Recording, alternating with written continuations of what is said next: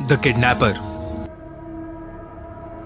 Samir was a news reporter. His TV channel had sent him to a village for a special coverage. In that village, every year during Dussehra and Navratri a great worship of Kali Mata was performed. A fair was held in that worship, due to which the atmosphere of the village was different. When Samir reached there, he was stunned to see the beauty of the fair.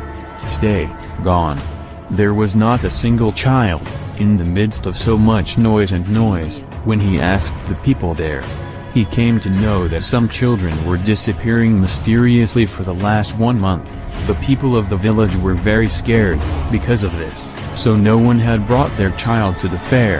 After roaming in the fair for some time, Samir was going towards his house, and starting his bike, he saw a little girl in the light of the headlight. That girl was just standing there calmly. Samir, as soon as that girl moved forward, a man picked up the girl and started running towards the forest. Seeing this, Samir's senses were blown away. He quickly followed the man on the bike and reached the dense forests. Samir could not see that man anywhere, but he could see a light at a distance. Samir left his bike and proceeded towards that light. While walking towards that light, he had reached near a small go-down, in the middle of the forests. It is very much to have that go-down.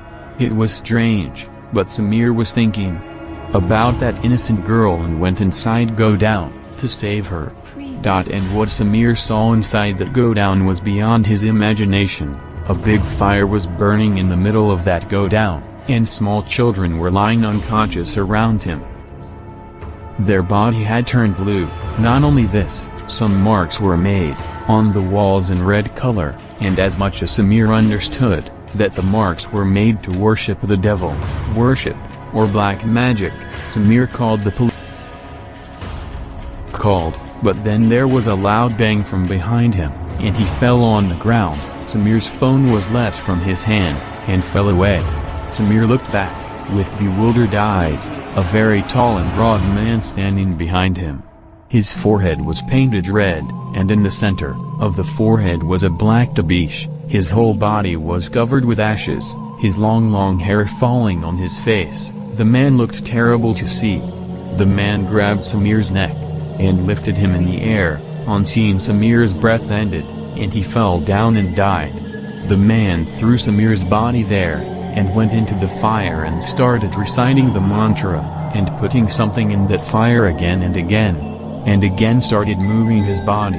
After some time the man became calm, and the children lying on the ground started getting up, one by one, getting up and walking towards that fire. It seemed like it was as if there was no life in them. Someone was sending them on fire like a puppet. Then the police came by breaking the door of that go-down. The policemen could not believe their eyes. The children were going in the scorching fire in front of them. The reporter, Samir, was dead, and the terrible-looking man was reciting the mantra, but due to the arrival of the police, his penance was disturbed. As soon as he opened his eyes, all the children fainted and fell on the ground. The light inside the room started burning and extinguished, and it seemed that there was going to be an earthquake. That terrible man disappeared somewhere in the air before the police could catch him. The policemen, they immediately pulled all the children out of go-down and got them admitted to the hospital. After several months after the treatment, all those children were cured. After this incident, nothing like this happened again. In the village, where did that terrible man come from, and where did he go? No one knows. But even today the villagers live in fear of that terrible man, don't know when he will come back again. Go.